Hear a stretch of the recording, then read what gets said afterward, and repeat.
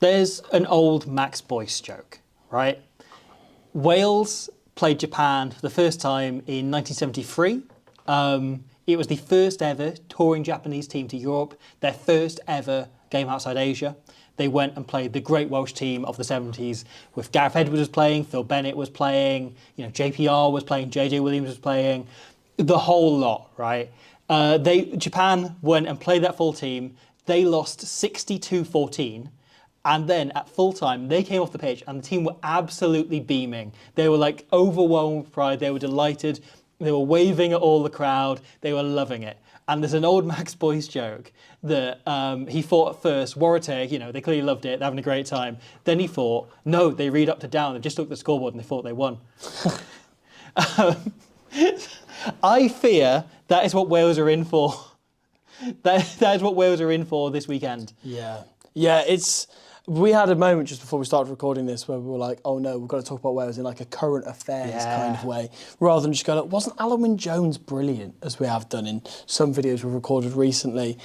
Yeah, it's quite scary as a Welsh fan at this point because they've obviously got their starting 15 out, pretty much. There's the exception of Dav Jenkins out injured. Thomas Williams went on the Lions tour, now heartbreakingly out injured with his hamstring gone. And Jack Morgan is out there playing with the big boys, which he thoroughly deserves. Adam Beer's taken the summer off. He requested the summer off to settle and move to a new club. Yeah. So realistically, those are the only players Wales are missing. There's a few others who might be in there. Max Llewellyn could have gone, but he picked up an injury. I think if you request Gareth the summer off likewise. from playing for Wales, that's classified as mental health leave. Sure, yeah. But yeah, it's quite a scary time to be in because this is as good as Wales can put out, because you can justify that for any given campaign for a nation, they will have 5 or 6 good players missing, of their better players. It's why depth is so important. It is. And before we started recording, we kind of put a little compilation together of who we think are of international standard that other people tend to play at in this Welsh setup, and there weren't that many that we're looking at. And you look at this Welsh squad as a whole, and it's quite similar to a lot of the other nations, the home nations, that is, the British and Irish nations, who have had their squads depleted by players going on the lines. And France as well. Yeah, exactly. But this is as strong as Wales can put out. So it's quite scary from that perspective. The vibe when you looked at the Welsh squad that was named is it felt more like a regional all-stars team than it did like a national team, right? Like the French Barbarians type thing. Yeah. And so there's a lot of the likes of James Ratty and Josh McLeod, who have been brilliant for their regions for a few seasons now, and have worked incredibly hard and deserve a couple of caps, right? Oh, yeah. And they deserve to make the squad, except the entire team feels like that. That's it. None of these guys are bad players. No. Like, if you're going to get in a national team, I don't care what you're like. You're going to be good at rugby. Yeah. It's just the way it is, But it's about, readiness and preparedness for this level, and there aren't many players who are at that stage just yet. There was a point, and when we were talking about this before we started recording, where you reminded me that Dewi Lake is going to be playing in this game because he's the Welsh captain.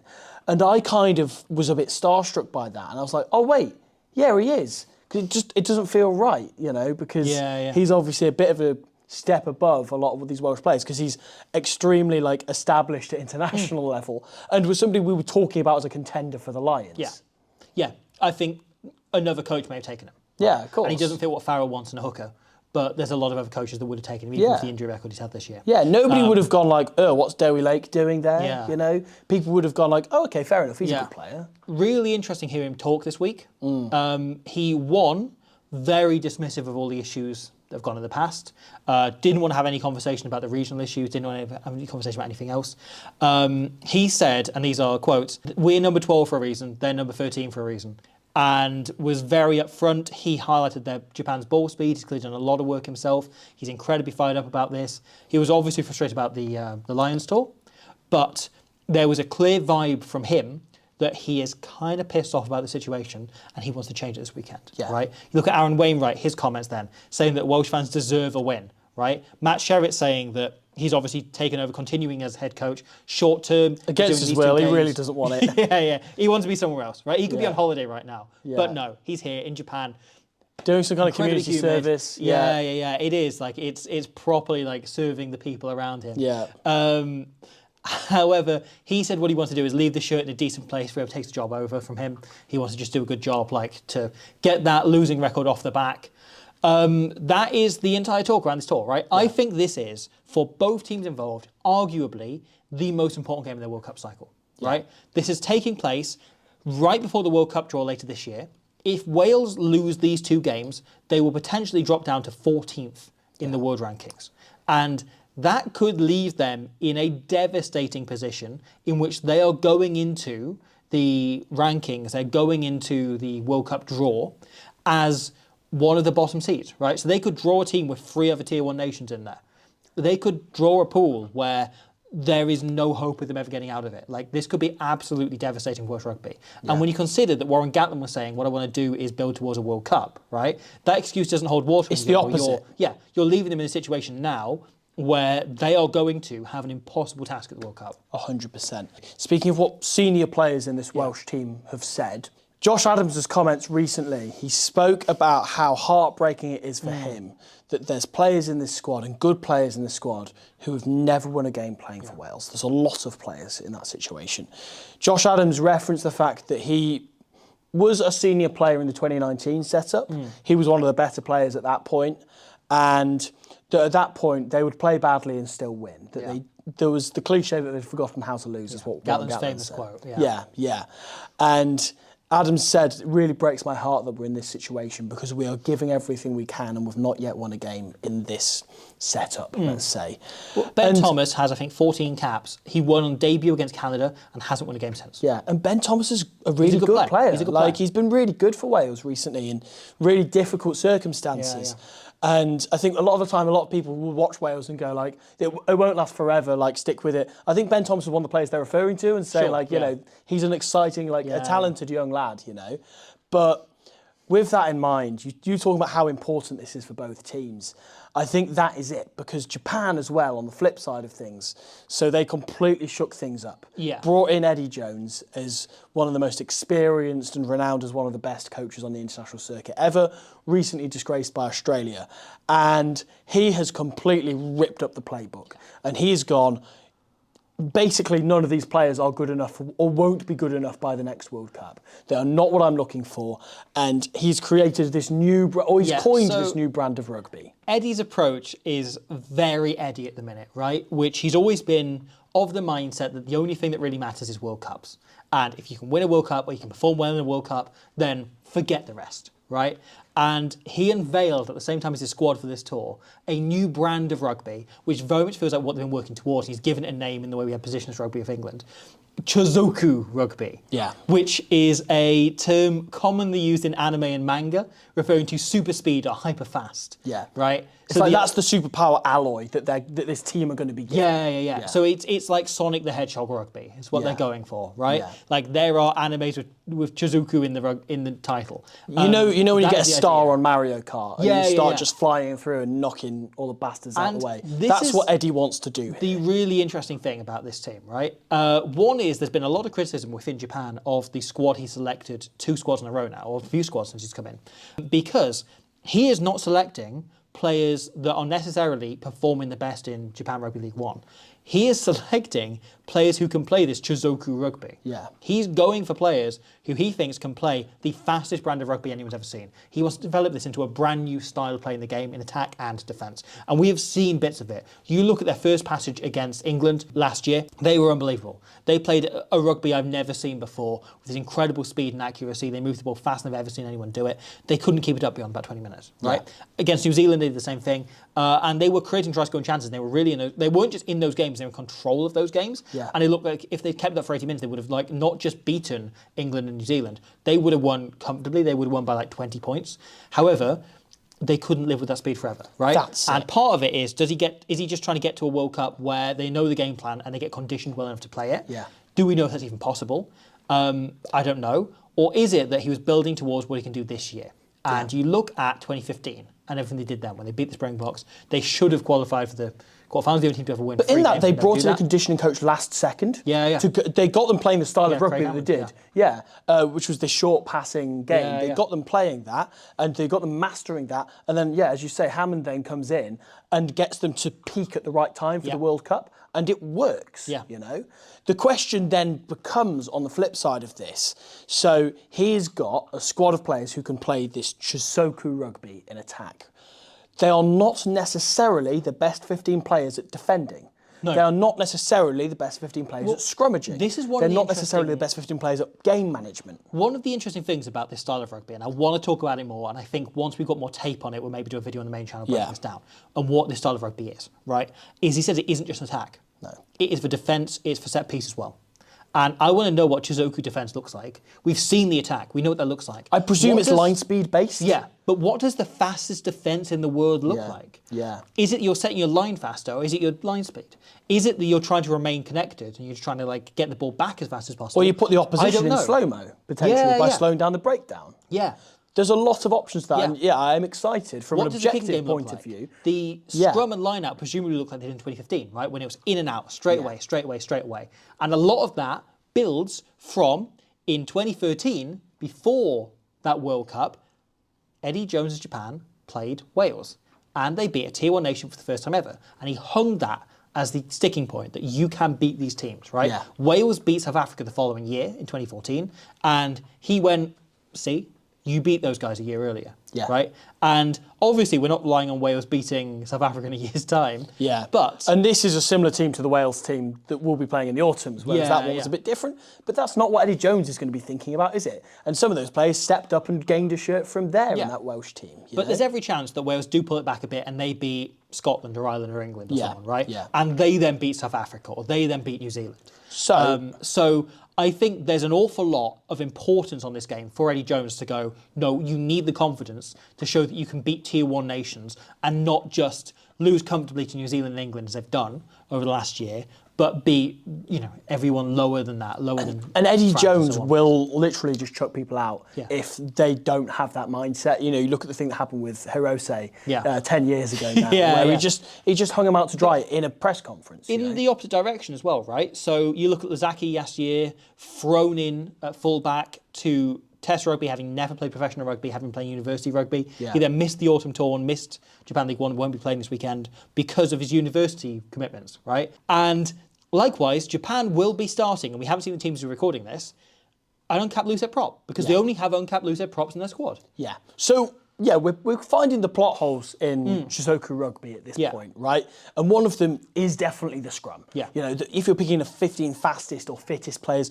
they're not necessarily the strongest physically at scrum time. Especially when you look at Wales, will have Nicky Smith, who is a really renowned, phenomenal scrummager at Premiership level, and holds his own very well. One of the best technical scrummagers. Yeah, international level. But he's not raw power. He's like technique and. Yes. However, Archie Griffin, very up and down, likes to try and hold his own. However, doesn't really get any game time for Bath because he's got Thomas Dutoy, who he scrummages against on the daily at training at club level, and no doubt gets pasted by him. And Will Stewart again is ahead of him. They've got a lot of depth, Bath, right? It speaks more of them than it does of Archie Griffin. Yeah. But so they only have uncapped loose heads in their squad, and between the entire front row that they've selected, so all 9 players, there are only 33 caps, and they are spread amongst 3 players. So you're looking at Harada, the hooker, has 10 caps. You're looking at Takeuchi, one of the tight heads, has 13, and Tanafusa, the other tight head, has 10. So between those 33 caps, every other player that is picked to play front row in this series is uncapped. But you also look at those players in particular, right? And Takeuchi gained some attention last year when he took a quick tap and made a line break against France before clattering into Antoine Dupont. And that is the style of player they're looking for. Neither of those tight ends are that big, right? They're not like big bullying carriers. They're not like Tyke Furlong. Like, they are slighter, they're incredibly dynamic, incredibly useful carriers, but they're built like hookers, both of them.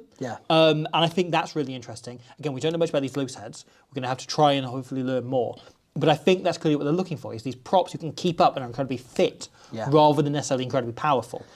And I think Japan may be fine on their own ball scrum, but on Wales's, you may see the likes of Nicky Smith, Gareth Thomas, Archie Griffin, Kieran Azarati really target it. Chris Coleman, I think, may get a look in as well at tight head, who was included, much to the surprise of many Welsh fans, because he's been going average form for the Dragons, I'd say, for quite a few years.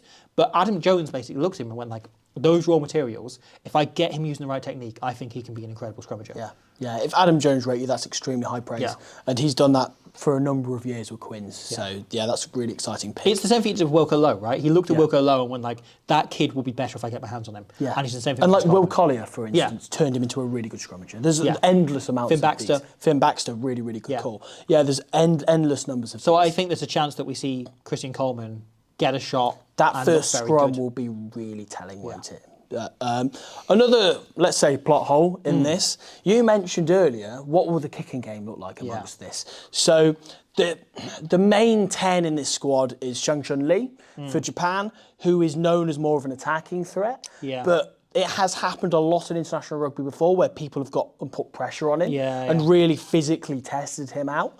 However, the other option they've gone with is the uncapped. So he's Australian, but he's lived in Japan. He's been playing in Japan for the last 5 years. An excellent player in Sam Green, who's a really good kicker with the ball, a really good game manager. And he's one of those players that's come into Japan Rugby League 1, having played Super Rugby, where you're demanded to manage games no matter what kind of player you are. And suddenly in League One, everyone's playing at a million miles an hour. And he goes, brilliant, I'm going to look at this in a little bit slow-mo. I'm going to step back a little bit and manage the game a little bit more. I think that's a really good access to have, that he can come on for Lee in the second half. If it's a tight game, then he can completely turn it around. It's a fascinating battle between, I think, Samson Lee and Sam Costello are fairly similar players. They are. Like, they are both incredibly talented. However, they sometimes buckle under pressure. Their goal kicking is always either 100% or it's 0%. Sure. Like, they're one of those guys that, like, up and down. An incredible talent, but, like, sometimes you can see things get to them and they... Or they'll force something, they'll go for a risky attacking play. Which isn't always a bad thing, because there's talented backlines around them, or players around them. But then, backfire sometimes. Coming off the bench, Sam Green and Dan Edwards are not similar players, but I think they'll play similar roles in this team. In that both of them are players who manage the game much more, and I think would probably describe themselves as attacking threats, and they like that part of the game and they're excited by that. However, they bring that extra element of common sense and of stopping and of loving the pressure. Like Dan Eds in particular loves a bit of pressure on him. He doesn't feel it. He was asked about what do you think your biggest attribute on a rugby pitch is, and he said the fact that I just don't feel mistakes. Like he doesn't feel pressure. And generally he makes a mistake, he then gets back up and he makes the same decision again and he executes better. And with regards to tiring Japan out, Wales will play a lot more of 10 when Dan Edwards is on the pitch, that he really likes the ball in his hands. He likes to test the line a little bit more. He's more of a classic first receiver, where Costello is part of this, like him and Lolaseo, part of this kind of like niche that came through briefly of 10s that play more like inside centres we used before. Of players who like to run lines and like to Maybe I attack the line shouldn't have said themselves. Dan Edwards takes the line, balls the line more than Costello. He doesn't necessarily. He doesn't carry more, but like he likes to get the ball in and out of his hands. He likes to be involved. Because Costello plays really, really flat. And I really like that because he gets people to run out of line at him and target him. And yes, as long as he survives that, because you're looking at potentially in the back row for Japan, Michael Leach, extremely experienced. Shimakawa is an excellent player, really good over the ball, a really athletic flanker. Captain at the weekend for the first time. Yeah. You know, he's the real deal. I think he's going to really try and put pressure on Costello in particular. I think as well, what an interesting potentially selection that we're going for. But Amato Fakatava is in their squad as a back rower. Yeah, he's been playing primarily number 8 this season. Yeah, having gone to the previous World Cup as a second row. He was actually listed as an inside centre on World Rugby's fantasy game, of course. But like he could play basically wherever because he is an absolute baller. He's got a great carrying game. His offloading, because he usually carries the ball in one hand and gets it around people. He can kick the ball as well. He's so quick. He's so strong. He's going to be, I think, the real threat in this Japan team, particularly in the forward pack for them. And there's a few in the back line as well. Yes. Nakano on point out at 12. He's a Looking at baller. potentially playing 12, but like plays 10 or 12, is brilliant. He's so good. Subtle pair of hands, like made his debut against Scotland about 5 years ago and was just brilliant, just flawless. And since then has kind of kicked on and is this proper footballing 12 who is incredibly subtle in the way he plays the game, right? 100%. Ben Thomas, also a 10/12, but is much more, I think, like obvious and let's control the game and be in it, when Akano kind of sits back and just eyes things up and then will pop up at the last second and drop off a lovely pass to someone who goes straight through, right? And he's then formed a really great partnership with Dylan Riley at 13, who has become a player I don't think any of us really saw him being as good as he's become. He's probably the best player in this Japanese team. Other than Michael Leach. Other than Michael Leach, who is a turn. Who is evergreen. Yes, but Dylan Riley is phenomenal. Yeah. His short running line... Warner Durns as well. Yeah, Warner Durns, that's a good point, yeah. As you were. Dylan Riley reminds me a lot of, let's say, if you don't know him, he's probably similar to like a Hugh Jones type player. Sure, yeah. In that he runs really good, like tight, disciplined lines, right? And he's just so good at breaking tackles because he's so strong. The fend he's got and the offloading game he's got on him are both absolutely outstanding. He loves to chip over the top as well. Yeah, yeah. He's got such deft touches on the ball. And the thing about this is we don't really know who Wales' outside centre is. And whoever it is, they're going to have their hands full having to tackle him all day because he really packs a punch. You're looking at potentially Joe Roberts, who played a little bit on the wing in the Six Nations. Yeah, really great player. And this will be one of the sternest tests of his career so far, playing against Dylan Riley. You look at potentially Johnny Williams, has played really well for the Scarlets a lot in past, has had, I think, some up and down moments playing for Wales. We'll leave it up and down. The Portugal game in the World Cup, I think he had a bit of a shaky one out, and that was quite a difficult test for him. He's a player who, and again, I don't want to be too harsh, but like, when he plays international rugby, you can tell how much faster it is, and his brain isn't used to it, right? Sure. And I remember there was a game he played against New Zealand, and he went to give a pass in the way he normally would against Wales, against the Scarlets rather, and he just physically couldn't get away in time. And you're like, oh, his brain isn't quite working at that level. Which takes time. It takes time. Yeah, 100%. Right? The other option is Max Page. Yes. Who has been playing all three 13s off from the Scarlets. Yeah. He's been playing incredibly well. Also plays on the wing, very quick. Proper talent, Max Page is. Like, he is a guy I'm really excited to see in this red jersey rather than the other red jersey. Yeah. And not the Lions red jersey, not yet anyway. I think he's a serious player. And he's a guy who, if the team around him was more settled, I'd love to see them chuck in at 13. But I think it's too big a risk. I agree. Maybe put him on the bench. He's quick and he's balanced, and he, as you say, he covers multiple positions, which is invaluable, especially on the bench. So I think that's probably going to be the role for him. But I think this could be the first of many caps for him because, judging by his level of pure talent, I think he really deserves a go, which is really exciting. There's another couple of bits gone on the Chisoku thing that I want to talk about. One of them is Ishida, who is possibly in line for his first cap. Extremely hyped up by Eddie Jones. Yep, Kipe Ishida, right? Remember the name. Eddie Jones said he may be better than Chesney Colby. Yeah. He said, I see no reason why he won't be better than Chesney Colby. Yeah. And here's the thing, right? That sounds like hyperbole until you watch him play. So he was the Japanese Sevens captain at the Olympics last year and was phenomenal in that tournament. Really balanced runner, very direct. And of course, because Eddie Jones, do you want to know a fact about him? He can play in the forwards. He can play as a back row forward as well. Right. So Eddie Jones will no doubt drop that grenade into an interview at some point going forward. There are currently 3 moments of Ishida scoring tries on making breaks on the Moments of the Year long list. There we go. He is just like, his feet are ridiculous. He's just absolutely superb. However, the biggest plot hole in Chisoku rugby, and this will be the last one that I address, is... the elephant in the room is that Naoto Saito may not be available for the first game. So Naoto Saito is one of the quickest scrum halves in the world in terms of his speed of service. That he's like min-maxed speed of service. You see him coming on for Toulouse when he plays, often coming on for either Antoine Dupont or Paul Grau, who are much more balanced scrum halves, and they just bring him on to sheerly up the tempo. They use him as just a membrane of speed and attack.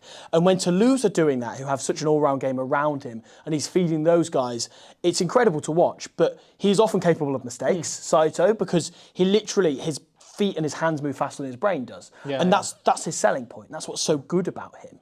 And he is kind of the embodiment of Chisoku rugby to me, or to what I imagine it's going to be, is speed of ball, because that's what Eddie's asked him to do so far in his tenure, is to just go right up the tempo. I don't care if nothing's set, that's their fault. If the forwards don't have nothing set, they need to work quicker, and you bollock them for that, rather than you slow it down and you wait for them to get set. I am so interested in what this team looks like when Nagare's back. Yeah. Because he is up there with James Gibson Park in terms of scrum halves who can play at speed with accuracy. Yeah. Saito, sometimes you say the accuracy dips. Yeah. It's speed of pass with Nagare, and it's speed of service with Saito. We're looking for Juara probably playing instead, Yeah. who is an excellent player and has been very good for Japan over the last year or so. But you worry if there's some trade-off, I think, in speed more than anything else.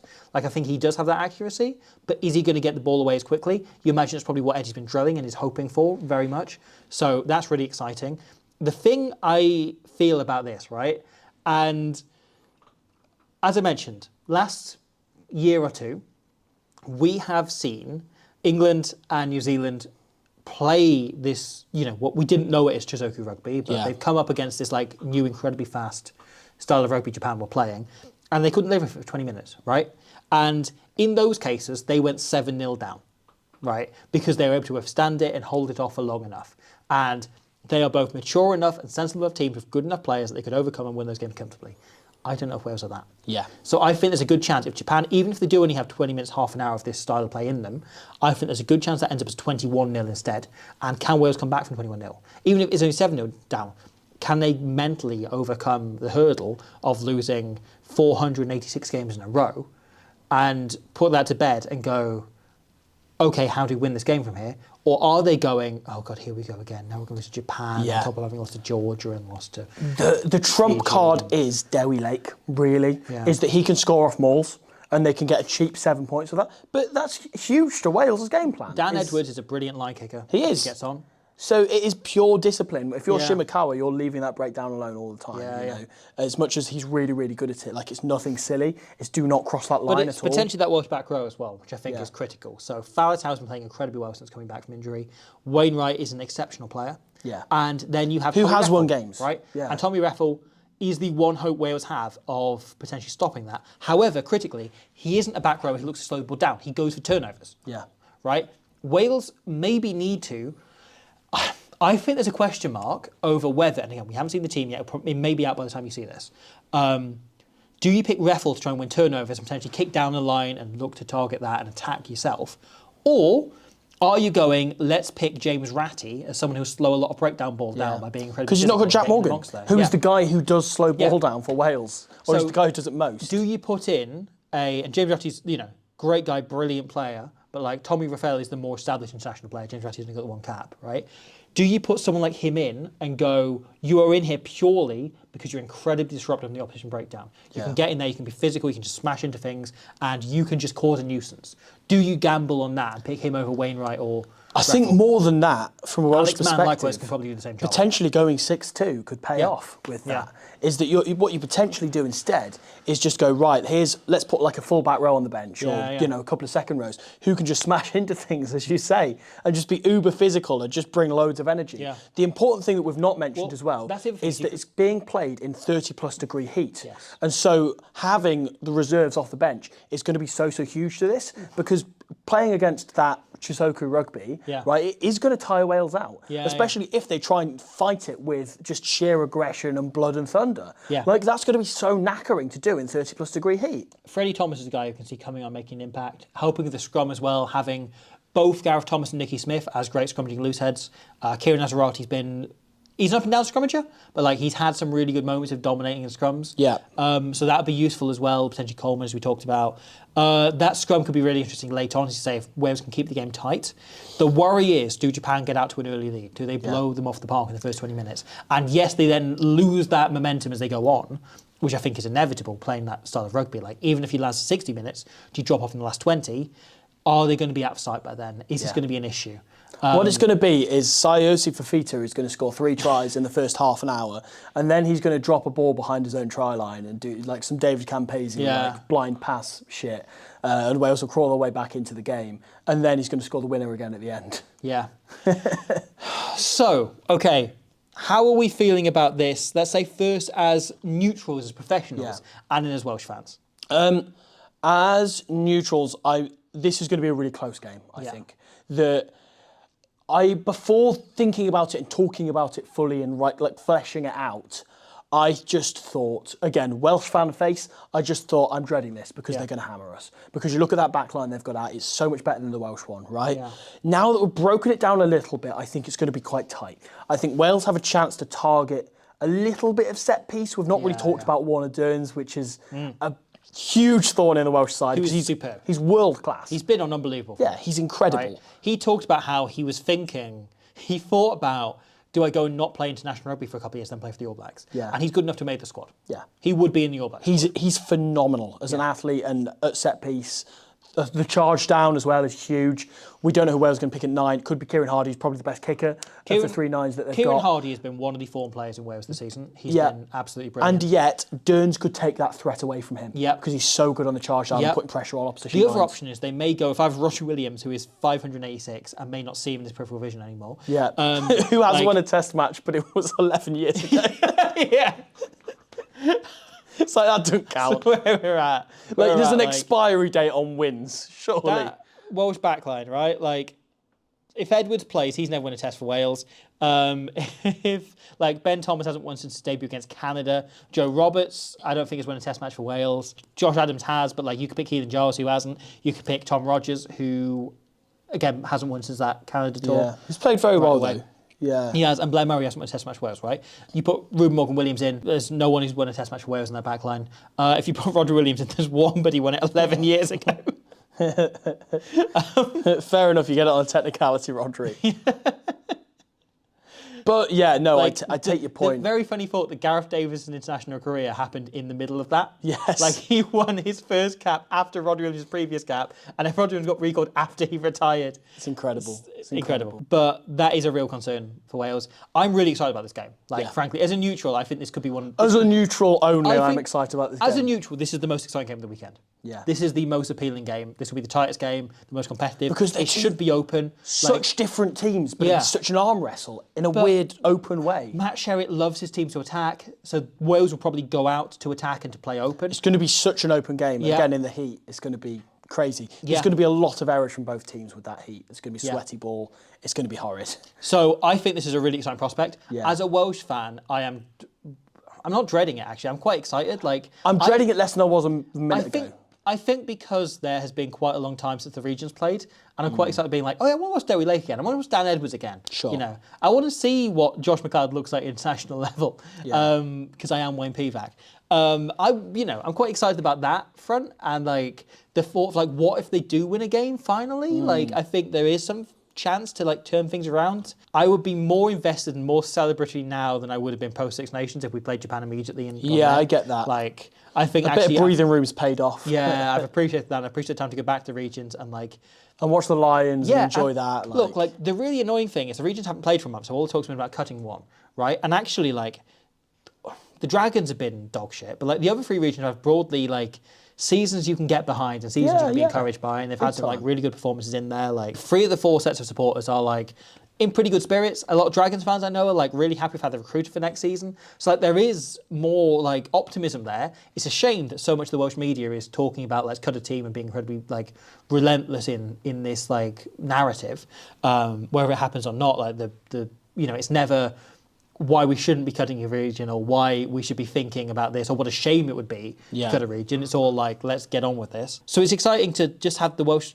national conversation be something else, right? Ben James put a really good piece together, friend of the channel, talking about how like actually it's really refreshing to be in Japan and the mood is like anticipation and excitement. Yeah. And there's been a lot of like, he saw it, the airport has a big banners welcoming Wales back after 2019 and like, what great friends Welsh and Japanese rugby became in 2019. As you say, there's a history goes back to the 70s, and there's like 50 years. First game we ever watched was Wales versus Japan. Yeah, in the stadium. First time we ever went. Yeah, so there is a real history here, right? And there's something proud of both nations and a real chance for both to achieve something. So I'm excited. Do you expect Japan to do it, or do you think Wales finally lift the curse? I think Japan go in as favourites. I would have Japan as favourites. I would say Japan are the more likely team to win. That back line has so much firepower in it. Yeah. And again, like you look at that back row, it's going to be really difficult to target for Do Wales. you think Wales has better chance of the first or second test? Let's say first. Yeah, I kind of think so. I kind of would have Japan as like. I don't know favourites. why, but yeah. I feel like fairly confident Japan will win the second test, but Wales might have a shot in the first. Yeah. I can't tell you why, unless they lose this first test, in which case maybe they bounce back. I don't know. Yeah. Ask me again after the first scrum. Yeah. Okay. Well, that was less painful than I thought. It was. Thanks for helping me through it. Yeah. Can't wait to rank the 18 losses in a row.